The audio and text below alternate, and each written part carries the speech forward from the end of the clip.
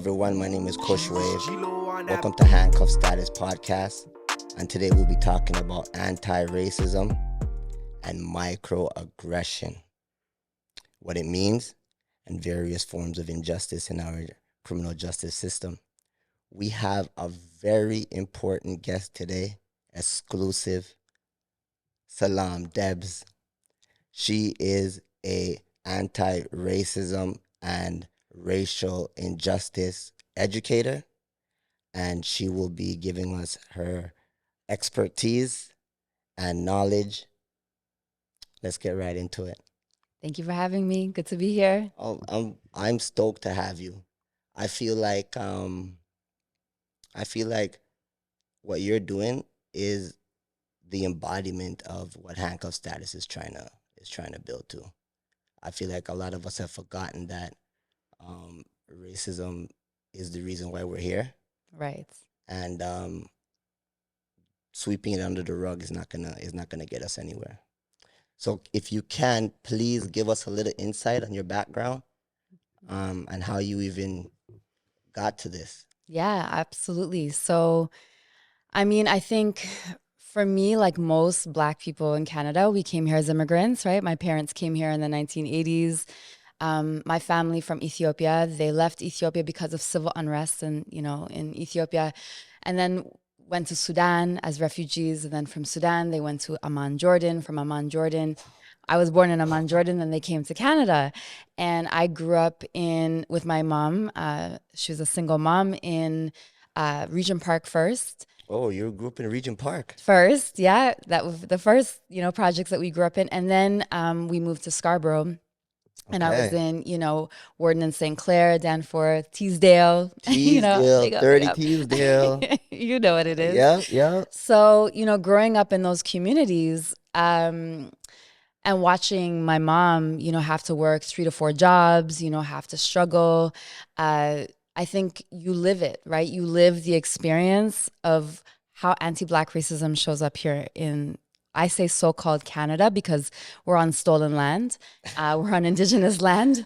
So we call it Canada, but hey, listen, this is a settler colonial occupied land. And so I lived it. I lived what it means to live in cockroach infested, apartments, to have police surveillance in our communities, to, watch our communities be disenfranchised, be, demoralized, be degraded, and to be seen as to be criminalized. To be criminalized, yeah. Right. And so I watched that. I experienced it. I saw my friends, my family, myself. I've had, interactions with police. And so it led me eventually, I have an 18-year-old son, and a Black son, beautiful boy that's in university. King. And, I think growing up and watching what I had to go through, wanting it to look different for him, it just, I think as most Black mothers, you kind of become a fighter for your children. You start to fight. And that's what it was in the school system and in every space that I was in. And it kind of led me eventually to becoming an anti-racism educator. Wow, that's big. And I mean, it has to start somewhere, right? It has to start somewhere. And at least you're looking at the future of Black men. A lot of people are not looking at that, which is sad to say, but it is the reality. We've been kind of pushed aside, Absolutely. Let's get into the song of the week. This gentleman here, he's been just keeping his foot on the necks of the industry. This is SD, Step On. David got him dance, ho.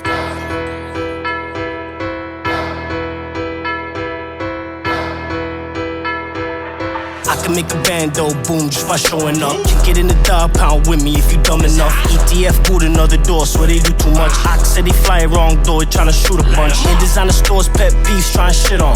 What? Now I don't need advice, leave me alone. Mixing the mirror, bathing ape in Louis Vuitton. Squares, keep asking what the circle really step on. I swear, anybody, anywhere, we gon' leave them right. I'm in the club until the search, on my stick still here. And it's tinted Cartiers, Addis got me seeing. What a masterpiece, gon' shit that ass for me.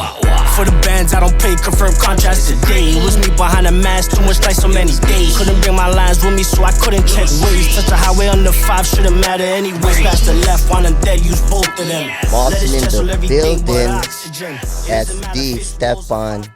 You can hit him up at Bounce Back 6 Up on all platforms. Okay. What is anti-racism?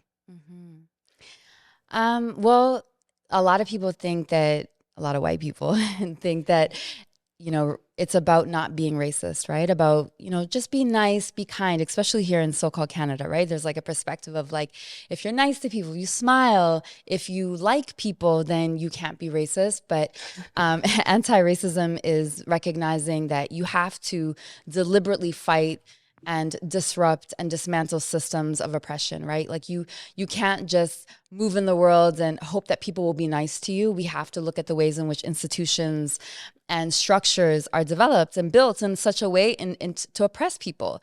System of oppressions. Do you have an example of any of these systems?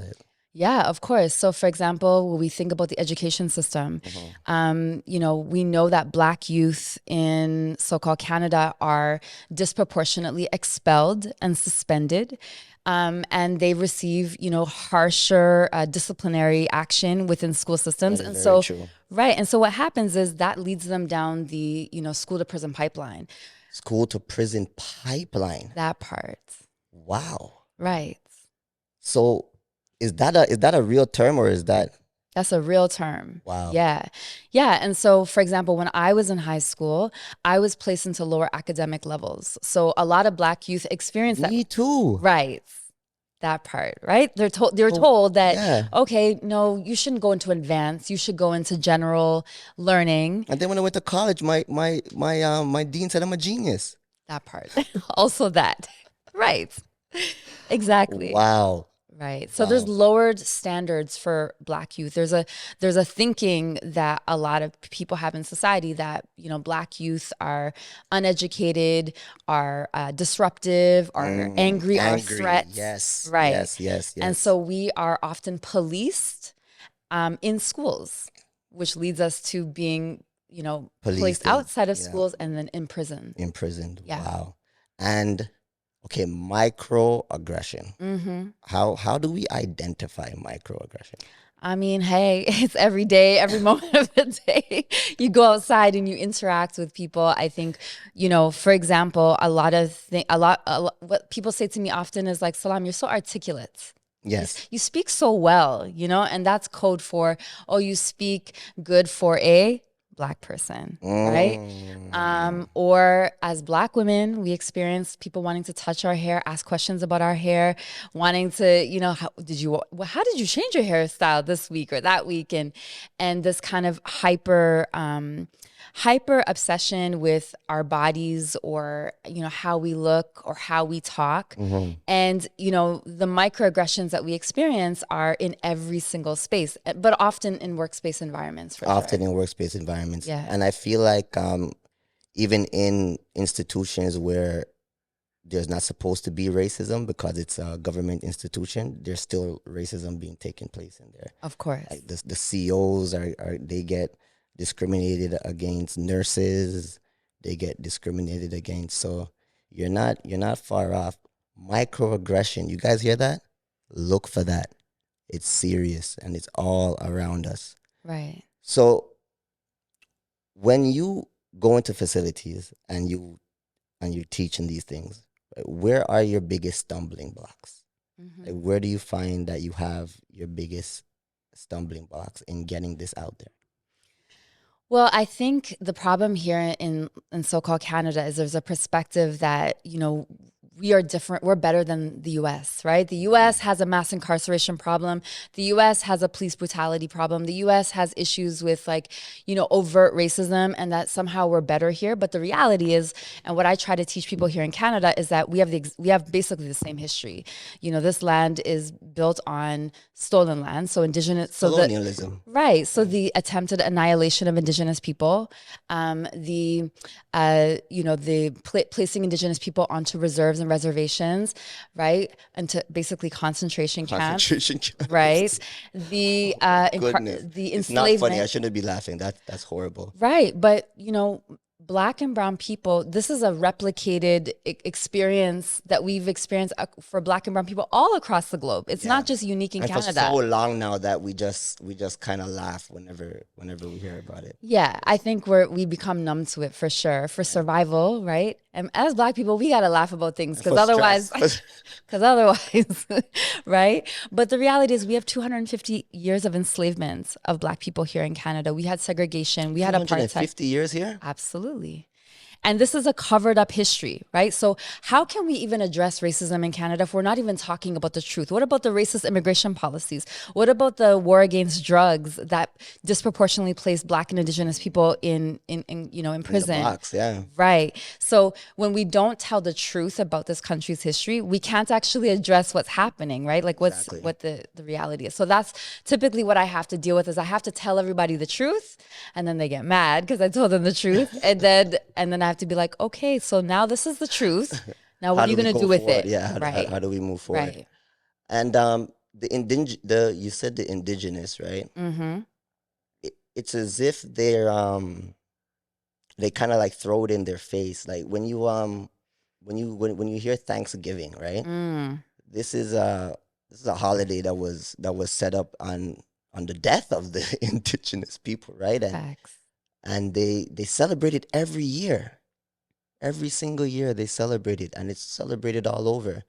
So it's kind of like they do spit in their face at the same time with a smile, like what you said, they kind of just sweep it under the rug with a smile and everything's okay. But it's wild. You're definitely nailing it on the head. Yeah. So for example, even celebrating Canada Day, like I remember I used to when I was younger, and then once you know the truth, I'm like, why am I celebrating settler colonial occupation? This is wild.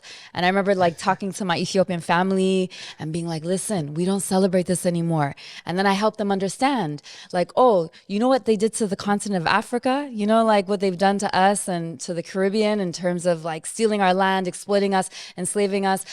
This is what they've done to Indigenous people here. So we don't want to celebrate that. We need to build bridges between each other so we can understand that our struggles are connected. And then you'll get the ignorant type that'll say, well, why don't you just go back? I would love to. But why did you destabilize my lands? I would love to go back if you did destabilize our countries, right? But think about it. It's even bigger than just the destabilize. It's like, how many religions are in Africa? All of them are birthed out of Africa. Every religion is birthed from Africa. How many languages is in Africa, right? So go back. Okay, so what was the language I was speaking? Mm-hmm. What clothes were we wearing? Where did you take us from exactly? It's hard to say, just go back. Absolutely. And I feel like that's the beginning of the shackles and the chains that we're going through right now in the criminal justice system. When they captured us and they brought us over here, there wasn't prison system, I guess, but there was yoke of iron around our necks and around our feet, and the plantation was more of the prison system at that time, right? Mm-hmm. So I believe that is definitely the beginning of where we are right now and what we have to endure right now, as brothers and sisters, because even you said that you've even come in certain things with the law before. So none of us are excluded, right, from this, as long as we have the melanin. Right. And that's why we have to do our own healing and decolonization work too, right? Because we've also been taught as Black people and brown people that like, oh, our parents came here for a better life, right? Yes. But better life, why?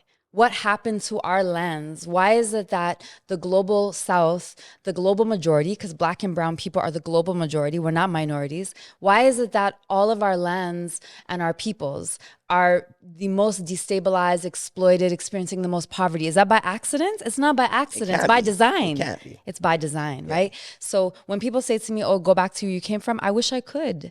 I wish I could go back to these lands, but they've exploited. When you think about the Caribbean and you think about what is happening in Barbados, for example, the prime minister fighting for reparations, even in Jamaica, they're talking about that. Yes, I've seen that. Trillions of dollars are owed back to Black people across the globe, like beyond financial our fantasy. You touched on reparations, and I feel like the reason why we will never receive reparations is for the main fact that the lands that we're in is not ours. No. So how are they going to give you money for their land? That's their, like, we're in their land. It's not their land either, though. I mean, it's their occupied land. Right. Just like what's happening over in Israel. This is Palestine. This is a topic that sensitive for a lot of people. I get it. I will talk very explicitly about it and free Palestine. But yeah, I mean, our struggles are connected between Palestinians and Black people, between all folks, people, Black and brown people who have been colonized across the globe, right? And at the end of the day, you know, Israel, North America, when we think about America and Canada, and we think about France, and we think about Britain, all of these so-called, you know, Western civilized countries have all built their wealth off of the backs of exploiting Black and brown people and Arab people and Muslim people. So we have to understand that, like, they didn't just become wealthy and like build all of what we call like a democratic. It's free labor. Free labor, literally free labor, indentured servitude. And not only that, stealing our resources. Look at Congo, my brother. Look at what they're doing in Congo. And the people are just dying and getting pennies for it. Pennies. Trust me, when we wake up to the level, $40,000 will sell these batteries and these cars for, and then these guys get pennies and die in the mines. Yeah, we have to get angry. We have to get upset. We have to get passionate. And part of how white supremacy operates, right, in Canada and in North America, is it wants to numb us. It wants us to fall into capitalism and like buy new things, like just watch Netflix and zone out and become like sociopathic rather than caring about our people. So part of anti-racism work is waking up white people, yes, but it's also waking us up. And I feel like we need to wake up. Absolutely. I feel like we definitely need to wake up. We don't care. The majority, it's sad to say, but getting up in the morning, going to work or school is just more important. But that's by design, though. Also by design, yes. That's by design, because if you keep us just having to think about like, okay, you got to work, got to pay the bills, paycheck to paycheck, or even if you do get to a state where you are a little bit more wealthier, you're like, oh, I'm good. So systemic racism doesn't impact me, right? So there's many different ways in which these systems of oppression move us away from our cultures. And our culture is community. Our culture is supporting each other. White supremacy culture is individualism, consumerism, capitalism, right? Black and brown cultures, our cultures are about collectivism and caring for each other. We have wisdoms and faiths that we need to stay rooted in or reconnect to and reclaim. That is, hearing you speak is like a breath of fresh air. Like, what is going on? It is crazy out here. Gotta break out of the matrix. There's a lot going on out here, I tell you that much, and racism has a lot to do with it. Have you ever tried to go into the criminal justice system and talk and try and bring the brothers into the light in there? I haven't had an opportunity to do so. I would love to. If there's a would connection that can be made, I would love to do that. I think I look at how it has impacted our communities. You know, I remember the story of, you know, when I was in college and getting off the bus and the police were called. This was in Ottawa and I was in college. And then immediately we were like I was thrown against a cop car. He was thrown against the ground, the person that I was with. You know, he was taken to jail for nothing. Like, there were so many experiences like that where, you know, you live with this level of trauma as Black people. Was that your first interaction with them? Yeah, I mean, growing up, they were always around, surveilling our communities. Yeah, but in terms of violence, yeah. And I'll never forget when I was like handcuffed and I was like crying and screaming. I'll never forget when I was like, this is racism. And the white officer looked at me and he was like, well, welcome to the real world, honey. And he smiled. And I was like, y'all is some evil ass motherfuckers. Hey, okay. Okay, this is what it is.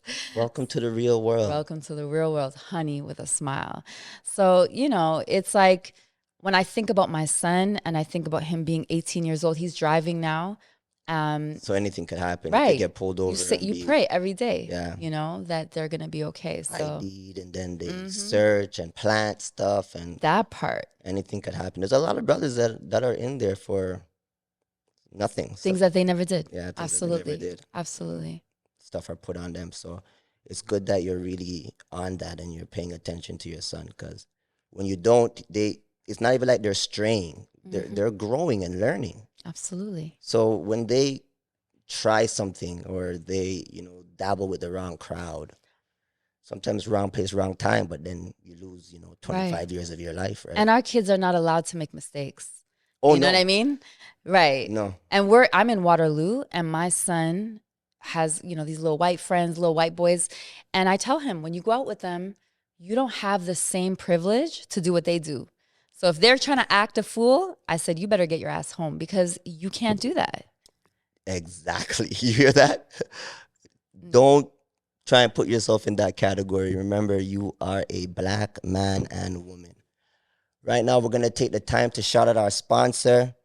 I want to shout out Jabute Cosmetics, a place where you can be you, be cute. They got a wide line of products, lip gloss, eyeshadow, etc. If you want to take a look at their products, hit them up at www.jabutecosmetics.com. All right. Where do you teach it now? Where, do you have a specific place where you're teaching anti-racism, or where you're teaching microaggression? So I go into organizations and companies and institutions, like many different places will contract me to come in. I also have my own course that I teach, so people can join. Like I run it twice a year, and anybody can join, and they're part of the course. And so I teach a lot online. How long do those courses usually last for? Usually about 12 weeks is like the process. So they do the self-led, like I have video modules that I created, and then we do like coaching sessions. So we'll be in a group on Zoom, and we'll talk, and we'll do breakout rooms and have conversations. And that's where we keep it 100, keep it a stack. Keep it 100. That's where we keep it a stack. Because you can. Because it's my space. It's your space, it's exactly. My space. And I say all the things, and we talk about everything very no filter. And so those spaces are really important to me. What can you tell Black men and Black women who are growing up right now and are experiencing racism and microaggression? Like, how could you, what's a good way to deal with that? Mm-hmm. Well, firstly, we have to realize that microaggressions and racism is abuse, right? Oh, it's abuse. It's abuse. Yeah. It leads to mental, emotional, and spiritual, physical trauma. We have to realize spiritual trauma. Absolutely. I mean, look at the intergenerational trauma that we've experienced as Black people, right? Through the hundreds of years of colonization, enslavement, segregation, all of the things, and the systems in place today that are still, oppressing us. To keep us right.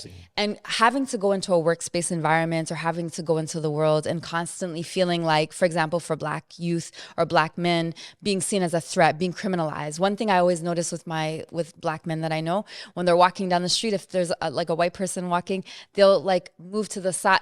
You're used to always making space for people. You're always used to making your body smaller. For Black women, we often have to. Yeah, we have to get out the way. Right. Someone said to me the other day, "Oh, Selam, you gotta work on your angry face when you're outside, so that these people will leave you alone." And I'm like, "Oh, so we as Black women have to constantly be in a state of This is so crazy you're saying this. For protection." Because I was talking to my friend the other day, and we were just talking about women. All right, it wasn't nothing about racism, and he was telling me he's seen this beautiful woman today, but he didn't want to approach her because she had this mean look on her face, right? And now look what you're telling me. But it's for survival. You guys have to practice this. It's for survival. To survive. Right. It's for survival, because it's not safe. So that is crazy. Right. So that's why we need soft spaces to land. But anyways, that's another conversation, another podcast. But the reality is, for Black people, first of all, we have to be able to tell we have to be able to name the fact that our experiences are racism. It is what we're going through, because often what happens is that we're gaslit and we're told like, oh, that's not really happening. You're exaggerating. You got to just, you know what I mean? And you know in yourself what's going on. Absolutely. Sometimes you have to practice self-preservation. Sometimes it's not safe for you to have to speak up in the spaces that you're in and say like, hey, don't do X, Y, and Z to me. That was racist. So I think it's learning the discernment between self-preservation and when it's safe for you to be able to speak up. If you can find community, I think we as Black people need community. And in Canada, I think they've done a really great job at keeping us away from each other. I was just going to say that to you, that the community aspect of it is, it's community against community in Canada. They've figured out a divide and conquer, a serious plan of how to do that. And it's not just with the communities, it's also with the household.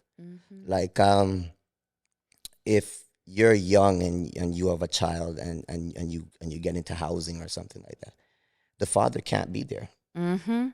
So now you just separated the father from the child. That's definitely gonna hinder the brought-ups, you know? Right. So you're right when you're saying this division that they've put against us, because majority of the people in housing and these things are the less fortunate. The less fortunate, sorry to say, is us. You know? Absolutely. And I don't see how we could battle it. That's why I'm happy that you're here, because it's just been put in place for so long that it seems impossible to overcome, to be completely honest with you. It seems like an uphill battle. Yeah, and it is an uphill battle. I think the first step is being, naming the fact that it's real, right? Like breaking free of the matrix, like we were talking about earlier, like being like, oh yeah, these systems are in place. We are not inherently poor, bad, unintelligent as Black people. They try to make it seem like, oh, these things disproportionately happen to Black people because y'all are lazy, you don't work hard enough, you're unintelligent. This is not the truth. That's a racist lie. So we have to be able to get out, we have to recognize and understand and build that collectivism, and this is why I always say that I think, I prefer racism in the US more than I do in Canada, because here they've done a really great job at not pretending like they're not. Right, but also us not seeing our collectiveness as Black people. We're Ethiopian, we're Somali, we're Jamaican, we're Trini, we're, we have so many different cultures. Yes. But I think we're not a monolith, but I think if we can come together more as Black people, united in Canada, I think we can really that would make be a amazing. Change. That would be amazing. Because we were once on the continent with you guys, right? Wow. Yeah, we were once on the continent with you guys. So yeah, like you said, coming together, community. But culture and these things kind of separate us to religion. A lot of these things kind of do separate us too. And they use these things as tools, right? They use these things as tools to keep us divided and keep us at each other's necks in a sense. Oh yeah, we can be in a space with all Black people. There won't have to be one white person there, and white supremacy will do its job. White supremacy will do its job because we have all of these divisions between our communities. Even the conversations online with the gender war stuff, like that stuff has to end. Like the gender war stuff. What's gender war? Well, just the stuff within our communities around, within the Black community around, how men should be and how Black women are, how Black men are. The gender war conversations. Yes. I think we have healing that we need to do in our community, but we have to be honest about what is the root of the issue. Exactly, and it goes back to separating us. And Absolutely. Okay, you separate the man from the child, right? It's hard for a mother to raise a man. It's not impossible. My mother did it. I have other friends that their mother did it by themselves. It's not impossible, but it's hard. Yep. And because it's hard, the children now, they venture out and they keep up things that their mother wouldn't want them to keep up, or even their father that's not around, and they get incarcerated. In a lot of sense, that's what they want, Like, we have to pay to keep these people in jail. It's a money grab, right? So the father, he gets taken out of the household. He's stressed out. He's depressed. He's not around his family. He can't be with his family. He wants to make so much money that they don't need to be in there. that he could take care of them by himself. He makes a bad decision. He ends up in jail. Right. The child does 10, 20 years later, makes a bad decision. Now he's in jail with the dad. Absolutely. Like, I've seen situations like this. Right. I've talked to people who's telling me it's my first time seeing my dad In prison. and Yeah. he's in prison. Right. Right. You know what I mean? Mm-hmm. So you're definitely a justice warrior in my eyes for what you're doing out here. And I wish we would wake up. I don't know what to say. You know, it's hard though. It's hard to wake up though, because I think once you wake up, you have to come to terms with the fact that this is not by accident, it's all by design, that it's systematically trying to, place us in, and that this is all related to the history of enslavement and colonialism. What you just described is literally the blueprints for slavery, keep the father away from the woman, turn, make rape basically a legal aspect. It was legal. It was legal because towards Black women. We weren't not we. Well, they were raping us too, but absolutely they were considering Black women and not real humans, not fully human. Not fully human. Sorry, like 35% or something like that. Well, that black men and women were seen as 3/5 human. So if you see us as 3/5 human, then any type of harm or violence that you do to us is not really actually considered bad, because we're not really fully human. We're like cattle, we're like stock. So we have to realize that that's the thinking that created enslavement of Black bodies and colonialism and so forth. And it's the same thinking that allows them to disproportionately incarcerate us, because they don't see our people, they don't see our children, they don't see us as fully human, right? And so we have to connect those dots. And I think when we start to connect those dots, we start to understand that this is systematically designed. Listen, you were viewed as livestock. That's wild. Yeah, and the reason why we see the degradation of Black women is because Black women were seen as, like you were saying, 3/5 human, but they were seen just for breeding. It wasn't against the law to sexually assault Black women, because it was for the process of breeding. Yeah. But then wouldn't that child be not fully human? And they see the child is not fully human. So when we understand the history, we can understand why Black people are treated the way that they're treated in society. It's a constant intergenerational impact of trauma, of even when we think about mass incarceration and we think about the disproportionate ways in which Black men are incarcerated, that is related to the fact that Black people were seen as not like savages, as barbaric, as in need of being just a bunch of animals running around the west coast of Africa with no clothes on. But literally, we are actually the ones that civilized Europeans, right? So that's in reality. Black African people were the ones that taught them math and taught them science. I'm so happy you're here. Right? When do we update the history books? We have to do it, because the school education system is not going to do so. They will not do that. Because if that truth is revealed, what do you think will happen? What do you think will happen when Black people know the truth? You could finally start to wake up. Revolution happens when, to keep Indigenous people, subjugated here in Canada, they had to strip them of their culture, of their language. That's what the residential schools were. They did to us. And that's what they did to us. So if you strip people of their culture and their language and their wisdoms and their faiths, then you can control them. So did they enslave the Indigenous people first? They didn't. Enslavement was not really, Indigenous people were enslaved, but not to the extent that Black people were enslaved.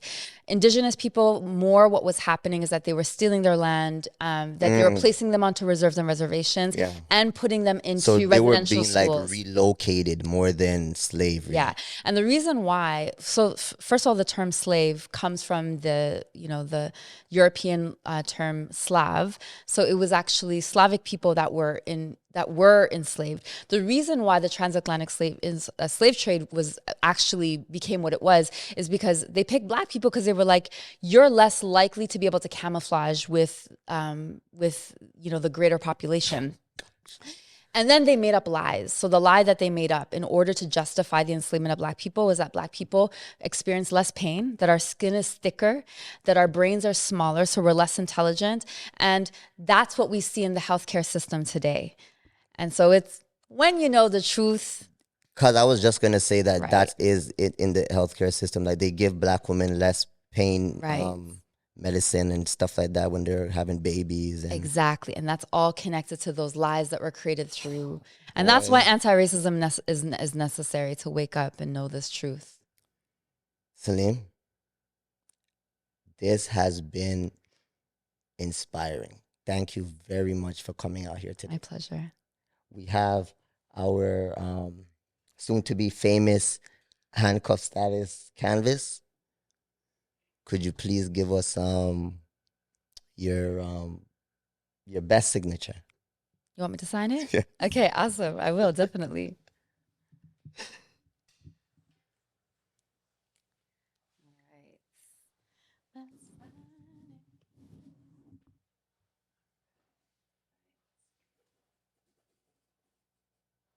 Awesome. I like how you did it with confidence too. Like I've done it a couple times, at least. Appreciate it. All right, so we would like to thank Selam for coming out and educating us and on anti-racism and microaggression today. For those who are incarcerated, remember freedom is a must. Free all the lifers, shout out Private Spaceship. Don't forget to like and subscribe. If you guys have any comments, any questions, anything at all, hit us up at Handcuff Status Inc. We're on all platforms. And never forget our mission. You know, we're trying to break the chains of injustice.